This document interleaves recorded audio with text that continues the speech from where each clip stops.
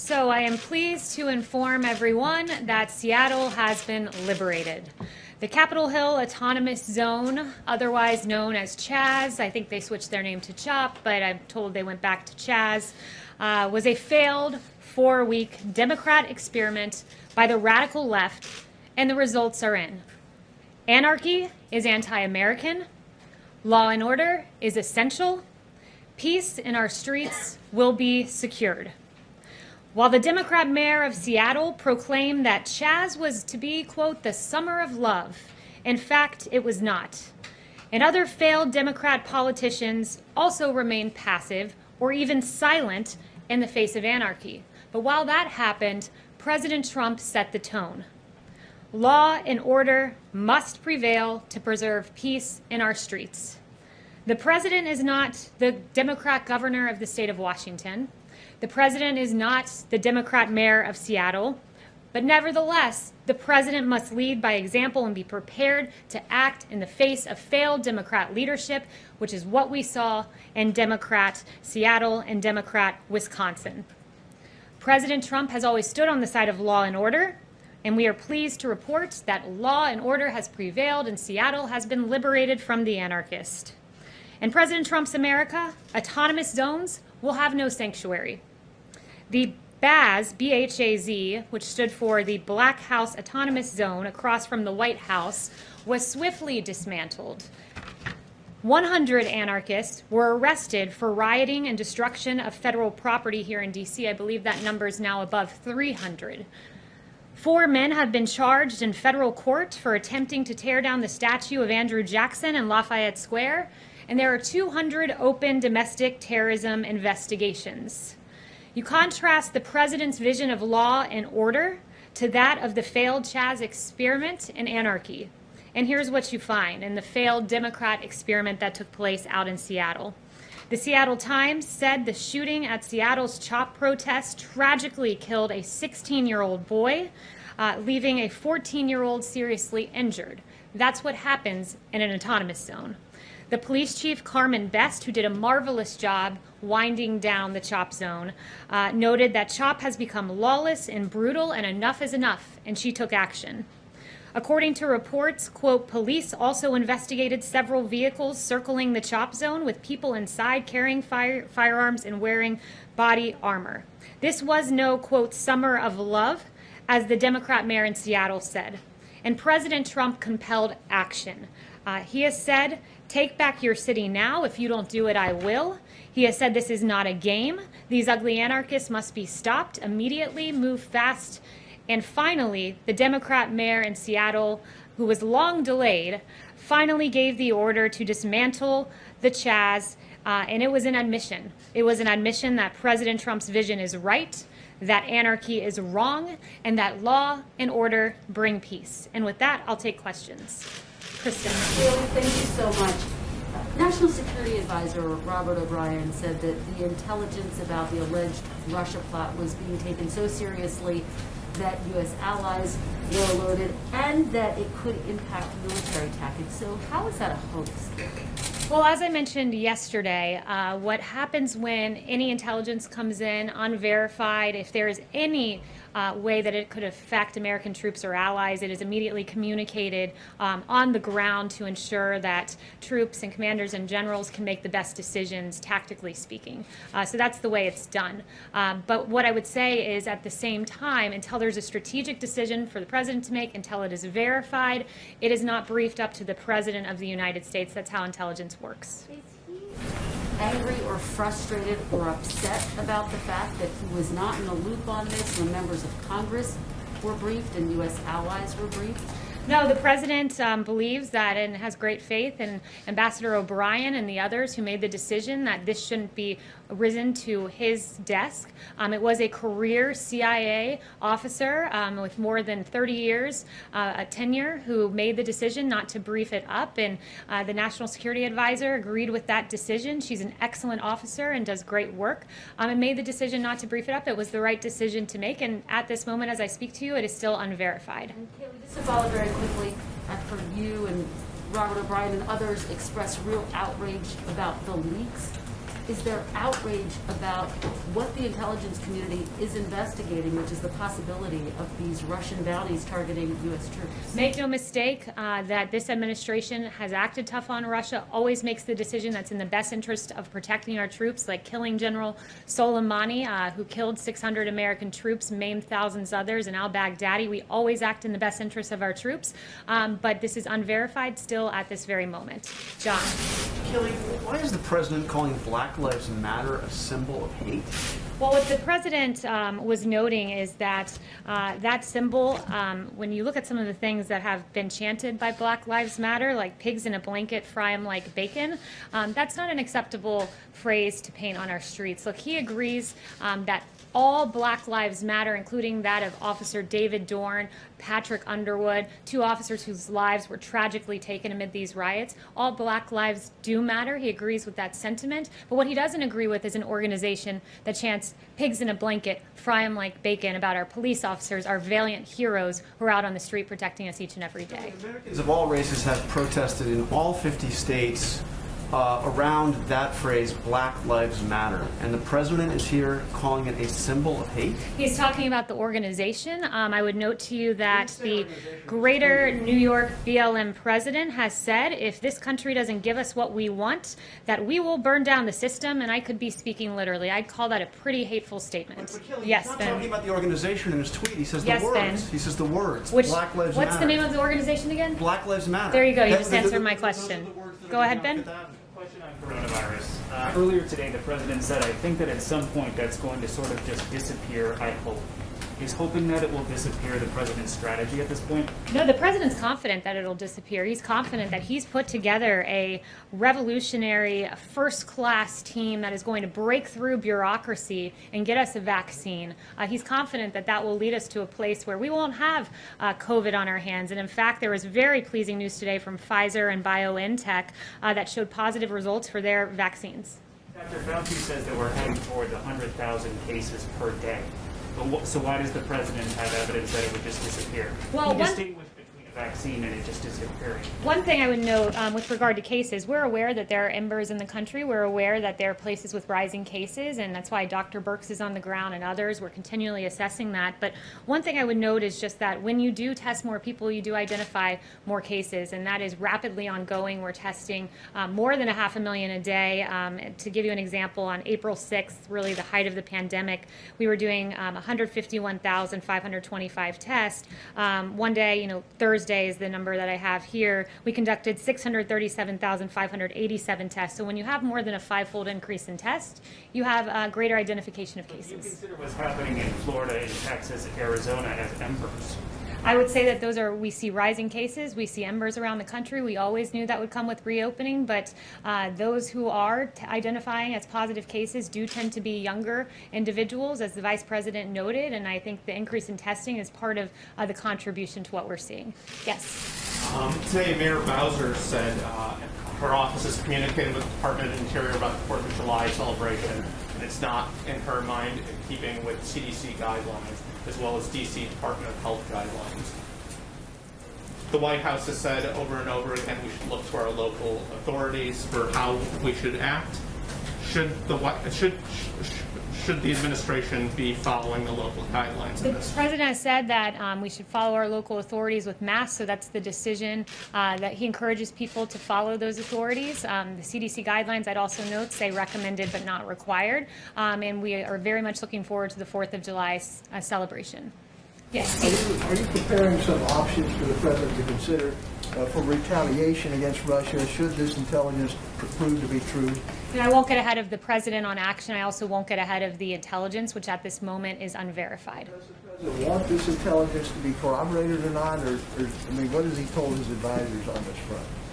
The president, it's unverified. It's being assessed. It's going through the same process normal intelligence would go through. But what's unfortunate is we're having this discussion because of the New York Times deciding to run with this and erroneous information about the president being briefed, which was not true, and the erroneous information that there was a conclusion when in fact there was not a conclusion.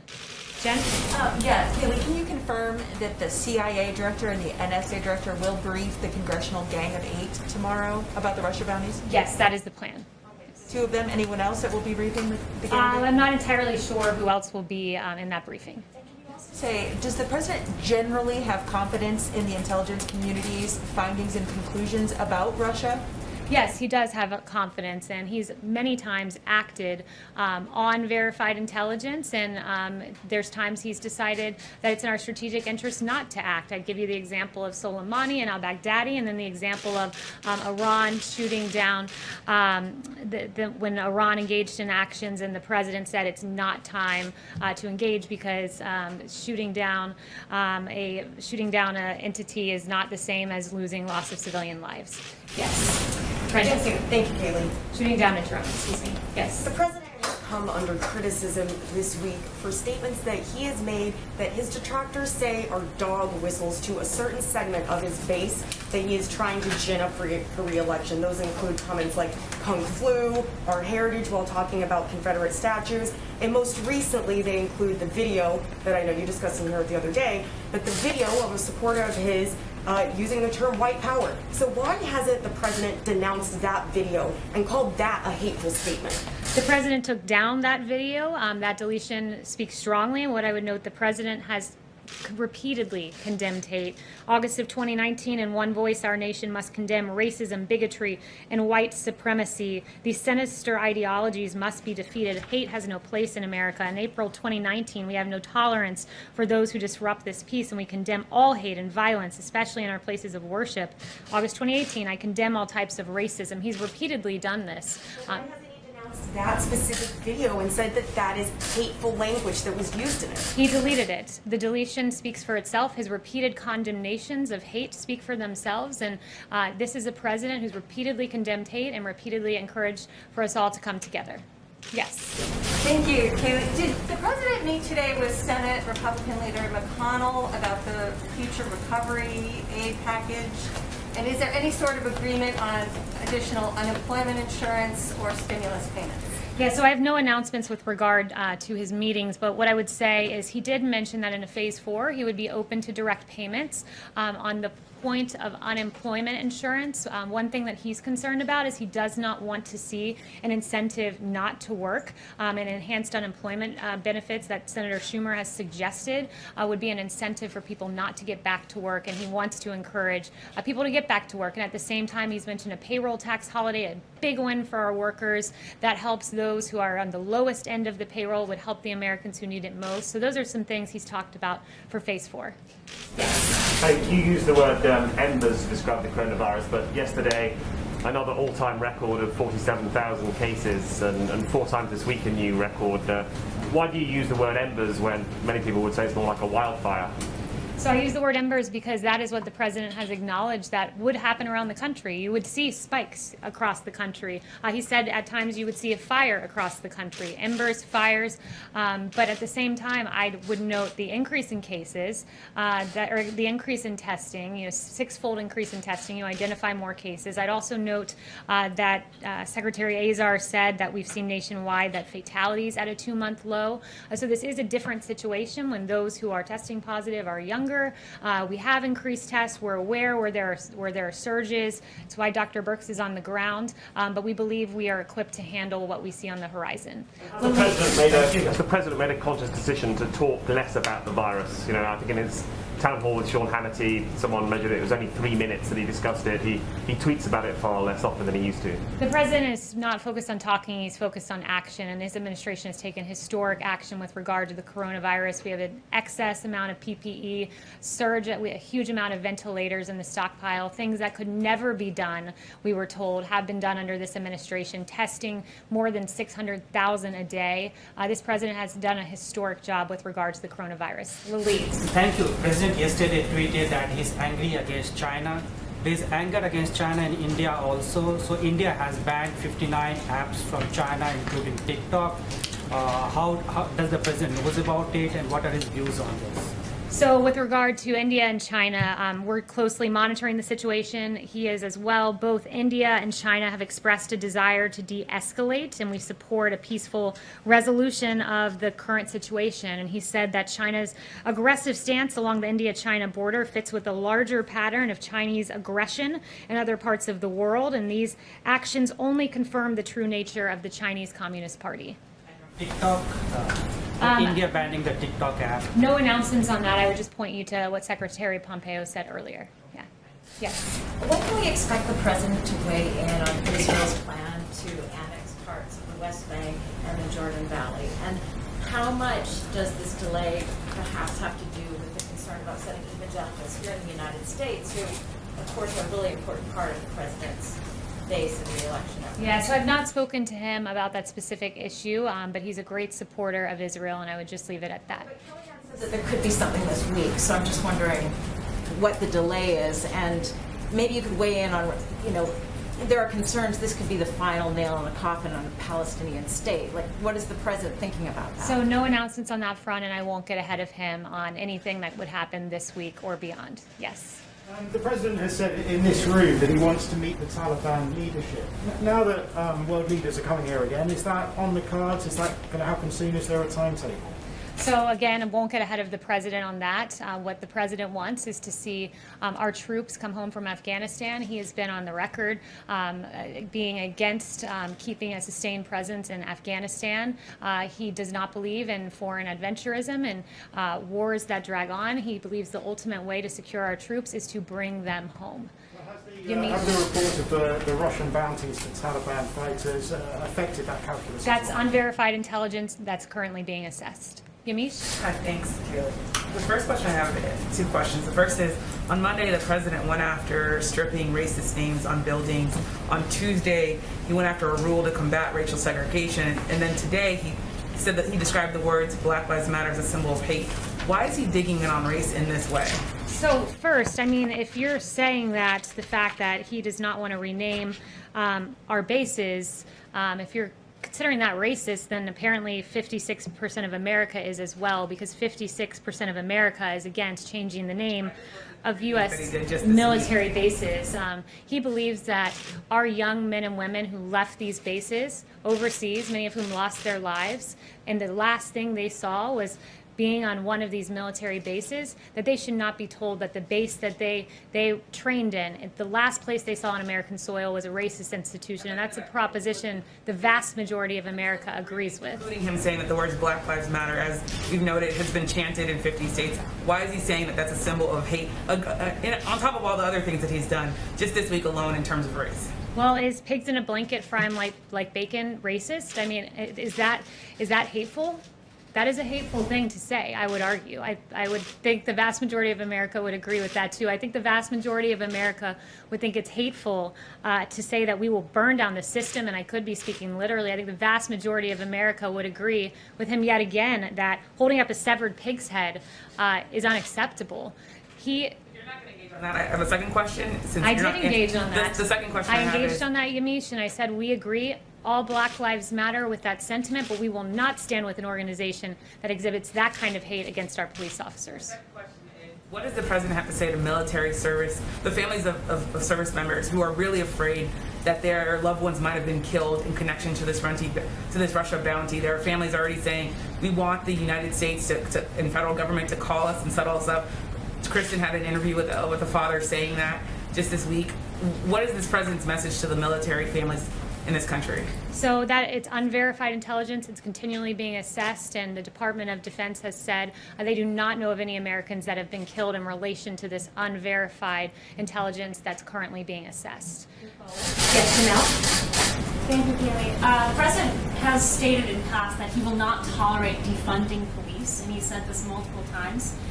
Considering that many Democrat-led cities have now done so, including New York City as of this morning, what does not tolerating this move look like from the president's vantage at this time? Yeah, I mean, speaking out fervently against it, and what it means is, this executive order gives additional funding to police departments if they meet certain standards. We want safe policing.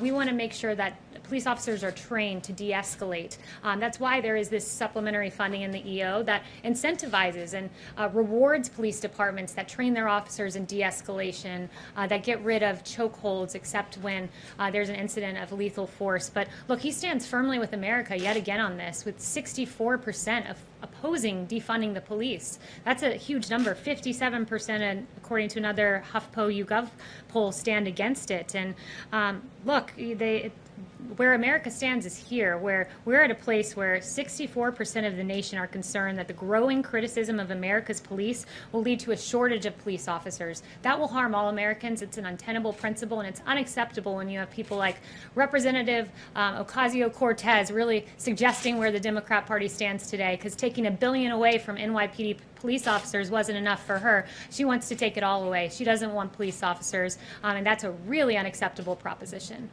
USMCA also, it takes effect at midnight. What immediate changes is the White House hoping to see immediately starting tomorrow? And then are there any elements of the USMCA that may be hindered because of COVID-19?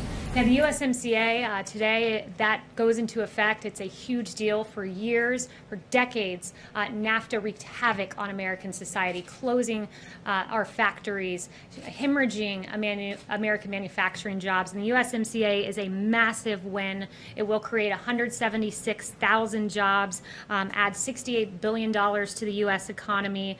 28,000 manufacturing jobs are expected to be added, and agricultural and food exports will increase by $2.2 billion, a big win for our farmers. So we expect to see that start to take effect. It's a big deal, and it's a reversal of decades of failed U.S. policy with the USMCA, the Trans-Pacific Partnership, horrible trade deals that betrayed America's workers. Under President Trump, the forgotten man and woman is forgotten no longer. Thank you, guys.